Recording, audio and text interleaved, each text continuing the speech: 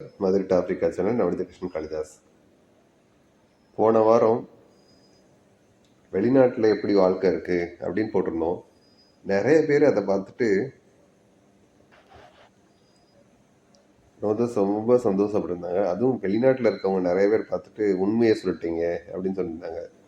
அது எனக்கும் சந்தோஷமாக இருந்துச்சு. ஸோ இந்த தடவை நிறைய பேர் கேட்டுக்கிட்டாங்க, எல்லாரும் அப்பா மந்த்தே பேச மாட்டுறாங்க, அம்மா பற்றி பேசுகிறாங்க. நெக்ஸ்ட் மந்த்து நம்மளுக்கு மே மந்த்து பார்த்தீங்கன்னா அன்னையர் தினம் வந்துடுது. ஸோ அன்னையர் தினத்தை பற்றி பேசுவாங்க. நீங்கள் ஏன் அப்பா பற்றி பேசக்கூடாதுன்னு? கரெக்ட், அப்பா பற்றி தான் பேசணும். சயின்ஸ்லேயே பார்த்தீங்கன்னா ஒரு உயிர் பிறக்கிறதுக்கு முன்னாடி அப்பாவோட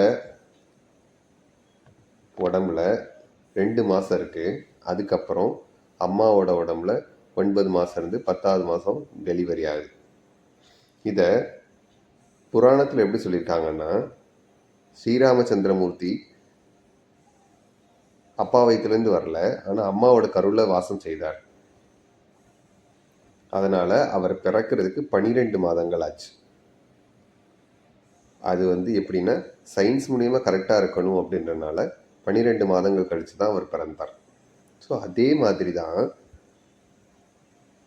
அப்பாவோட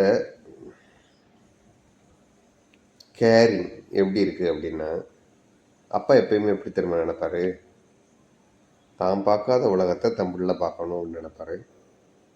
மதுரையில் பார்த்தீங்கன்னா அழகர் ஆற்றுல இறங்கும்போது எத்தனை அப்பாக்கள் தன்னோட தோளில் தன் குழந்தைய தூக்கி வச்சுருப்பாங்க.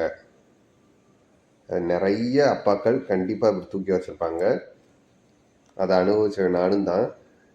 எங்கள் அப்பா நல்லா வளர்த்தியாக இருப்பாங்க, என்னை தூக்கி தோளில் வச்சுருப்பாங்க. ஸோ அப்போ சுவாமியை நான் நல்லா பார்க்கலாம் அப்படின்னு. அப்போ தெரியாது நான் சுவாமி மேலே தான் உட்காந்துருக்கேன்னு. அப்படி தான் இருக்கும். நம்ம சின்ன பிள்ளையாக இருக்கும்போது நம்ம அப்பா ஹீரோ மாதிரி இருப்பார். அப்புறம் ஒரு 10 வயசு 12 வயசு 15 வயசு ஆகும்போது அப்பா நம்மளுக்கு எனிமி மாதிரி ஆயிடுவார். ஆனால் அதே 40 வயசில் நம்மளுக்கு பிள்ளை பிறந்த பிறகு பார்த்திங்கன்னா அப்பா தெய்வம் மாதிரி இருப்பார். என்னோட இவ்வளோ கஷ்டப்பட்டிருக்காரு அந்த மனுஷன் அப்படின்னு. ஸோ ஆனால் அதே நேரத்தில் நம்ம திட்டுறோம், வைகிறோம், எல்லாம் செய்கிறோம். அதே நேரத்தில் அவருக்கு புரிஞ்சுக்கிறோம், நம்ம பிள்ளை தானே திட்டுறான் அப்படின்னு சொல்லிட்டு. அதே மாதிரி அப்பா பார்த்திங்கன்னா, இப்போ நம்ம அப்பாவான பிறகு தான் அந்த அப்பாவோட அருமை தெரியும். நம்ம அப்பான பிறகு தான் நம்ம ஒரு ட்ரெஸ் எடுக்கிறதுக்கு முன்னாடி 100 தடவை யோசிப்போம், என்னடா இந்த ட்ரெஸ் எடுப்போமா வேண்டாமா, இவ்வளோ ரூபா இருக்குது, இது நம்மளுக்கு யூஸ் ஆகுமா யூஸ் ஆகாதா, எவ்வளோத்தையும் கேட்டு தான் நம்ம எடுப்போம். ஆனால் பிள்ளைகளுக்குன்னா நம்ம எப்படினாலும் எடுத்து கொடுத்துருவோம், வஞ்சிட்டாச்சும் எடுத்து கொடுத்துருவோம். இப்படி கேட்குறீங்க, வேஸ்ட் பண்ணுறீங்க, காசை வேஸ்ட் பண்ணுறீங்க, என்னமா சொல்லிட்டாச்சும் வாங்கி கொடுக்குறோம்.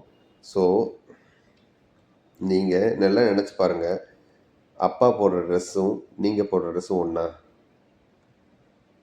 இல்லவே இல்லை. அவர் ஏதோ ஒன்று போட்டிருப்பார், மேட்சிங்கே இல்லாமல் போடுவார், ஆனால் உங்களுக்கு நல்லதை வாங்கி தருவார். ஸோ நாங்கள்லாம் கஷ்டப்பட்ட காலத்தில் கூட எங்கள் அப்பா நல்லா பார்த்துக்கிட்டாரு. சாப்பாடுக்கு ஒரு பஞ்சம் இல்லாமல் எங்களுக்கு பசியே இல்லாமல் வளர்த்தாங்க. ஸோ அந்த மாதிரி ஒவ்வொரு வீட்லேயும் வாழும் தெய்வங்கள் இருக்காங்க. நம்ம புரிஞ்சுக்கிட்டு நடக்கணும், அது ரொம்ப முக்கியம். அவர்னால சம்பாத்தியம் இல்லை, அவர்னால ஒன்றுமே இல்லை அப்படின்னு நினைக்கவே கூடாது. அவர் எப்படியாச்சும் நம்மளுக்காண்டி ஒன்று செஞ்சுருப்பார். அதனால தான் நம்ம வளர்ந்துருப்போம். அதனால் கண்டிப்பாக தாய் தந்தை 2 பேரையும் மதிக்கணும், அப்பாவும் கொஞ்சம் நினைக்கணும். கண்டிப்பாக அவங்க இல்லாத போது அவங்களுக்கு தர்ப்பணம் கொடுத்தோ எள்ளும் தண்ணி இறைச்சோ ஒரு பிரயோஜனம் இல்லை. இருக்கும்போது திட்டாச்சு அவங்க நல்லபடியாக பாருங்கள், அவங்களோட மனசு கண்டிப்பாக நம்மளை வாழ்த்தும், நம்ம நல்லா இருப்போம். அதை எல்லாருக்கும் சொல்லணும்னு நினச்சேன்.